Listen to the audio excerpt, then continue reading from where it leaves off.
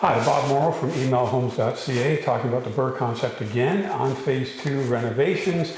We are now in a lower unit that was just completed by one of our construction crews. You are now looking at part of the living area, the stairs coming down from the separate entrance into the living area.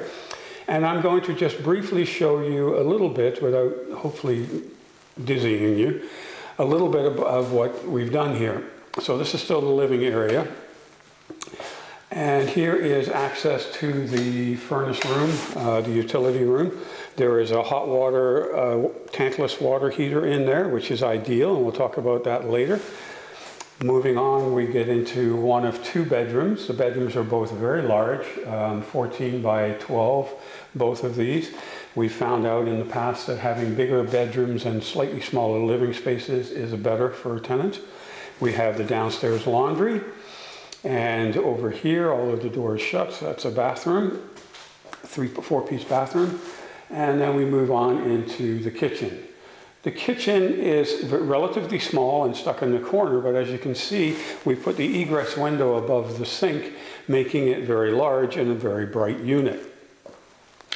This particular unit took about 2 months to get the permits for. The inspectors came out initially and thought that the ceiling was too low. This was a finished basement, so it was somebody's rec room. And this is something to keep in mind way back when you're buying your house. If you think you're paying for somebody's renovations, if they've done a really nice job of finishing a nice rec room, they're hoping to get their money back out of that. Don't get too attached to that kind of a finish, because in most cases in the basement, we're ripping everything out. Even if it looks like a nice finished rec room, often we can't use it to comply with the bylaws for a duplex.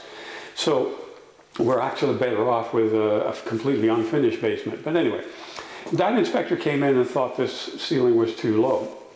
So when we did the drawings, we didn't show that it was too low, so therefore we did get the permits. And some of you might be saying, well, that's kind of cheating, what happens then? Well, what happens is we brought in the inspector very quickly once we demolished everything from the rec room, and we left the ceiling up. And we said to him that it really is it's not up to code exactly, but it is close. And it's not in any way, shape hurting the egress to get out of the house. In other words, to get out of this window is very easy to jump on here and get out. Ceiling doesn't interfere. And coming down the stairs from the separate entrance that you saw at the beginning of this video, there's no reason that the ceiling would stop it. That's really what the inspector's looking for, is the exit. Will somebody bang their head on the ceiling or the low ceilings? So in this particular case, the inspector decided to allow it after all, which meant that we didn't have to rip this ceiling down. It had already been done with pot lights and everything else. The sections where we put the kitchens in, and of course finishing the furnace room, we did put in new roof, and we did ice insulate it, and we did put some soundproofing in there.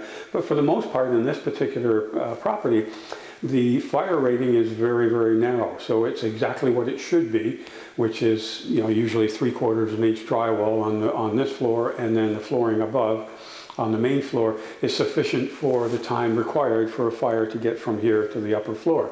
Normally we would take that ceiling down, put in more insulation, put in soundproofing, and make it an even longer barrier.